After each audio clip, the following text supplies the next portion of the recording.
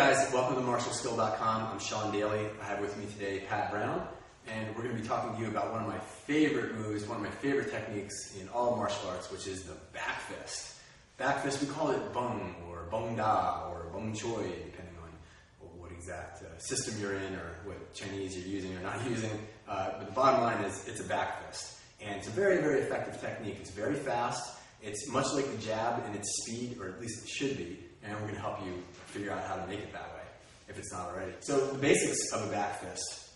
Really, a back fist is, I'm going to do this straight onto the camera so you can see this. A back fist, starting from my fighting position, is simply coming out from here. Okay, so this lead hand. We're going to go punch, punch. And this needs to go, it's not here, it's not, it's just like a jab. It should go all the way out and all the way back. You don't want to pull it. So I don't want to go like this. It's not a flick, it's not a feint, though it can be. We'll talk about that later.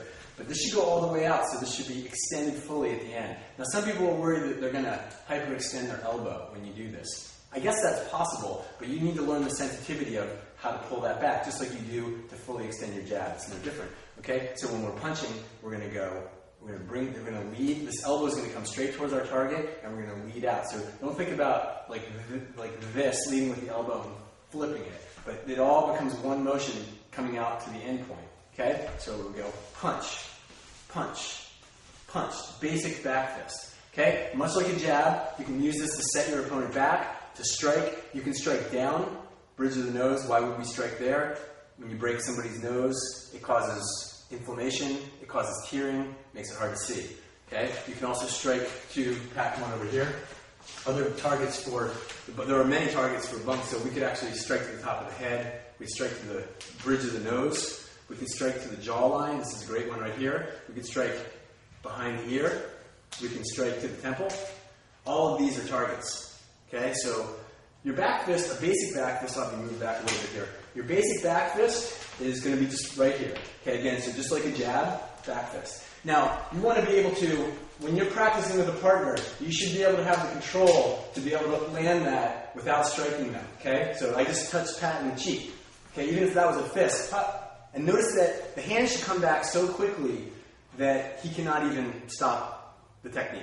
Okay, so he needs to be able to, he's just reacting as my hand's already back. Okay, so the hands, think about it this way, the hands have to come back quicker than they went out. That's what you were thinking.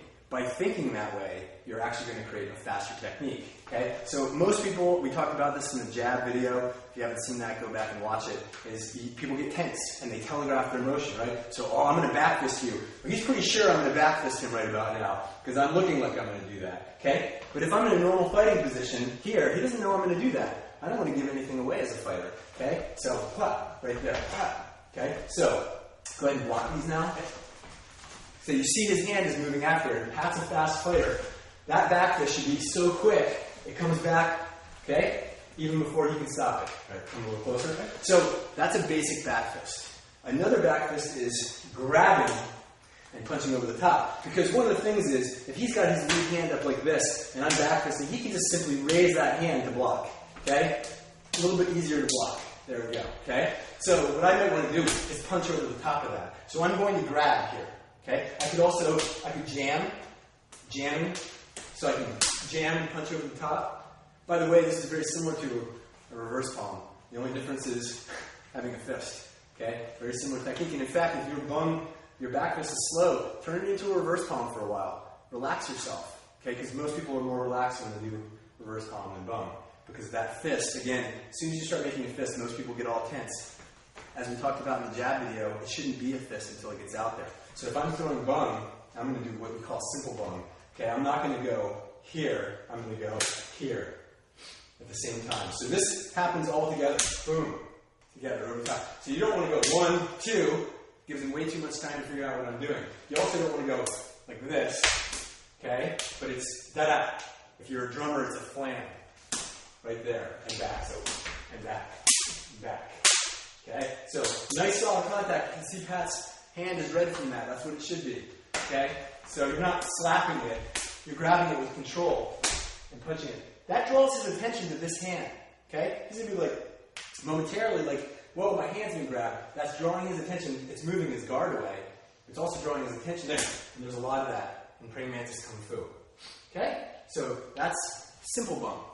Okay, so when you're practicing with a partner, you probably want to work maybe an inch off of them. If they're having trouble blocking, if it's somebody who's very good, so Pat is going to go ahead and use bung, doesn't matter? Yeah, that's fine. So there we go. So I want to make sure that's it. So you want to try to touch me in the jaw. You want to practice with intention. There we go, nice. It's very difficult to block this if it's not being telegraphed. Nice, okay? So same thing back. So if your partner is a little bit slower, not stopping it, it's up to you to have the control, okay, to stop. You don't want to be punching your partner in the jaw over and over again. You're probably not going to want to practice with you much. So you have some control.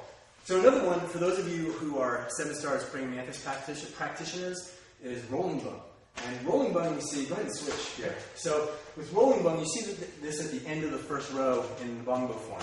When we have elbow strike and we go grab, grab, bung. Okay, there's no difference really here. This is just climbing over the top, in essence, over what's happening. So I might go 1, 2, 3, if I'm dealing with 2 hands. So just to explain that for anybody who has seen that in the form, it's like climbing a ladder. But really what I'm doing is covering both hands, either grabbing or jamming and punching over the top. But at the end of it, it's a bunga.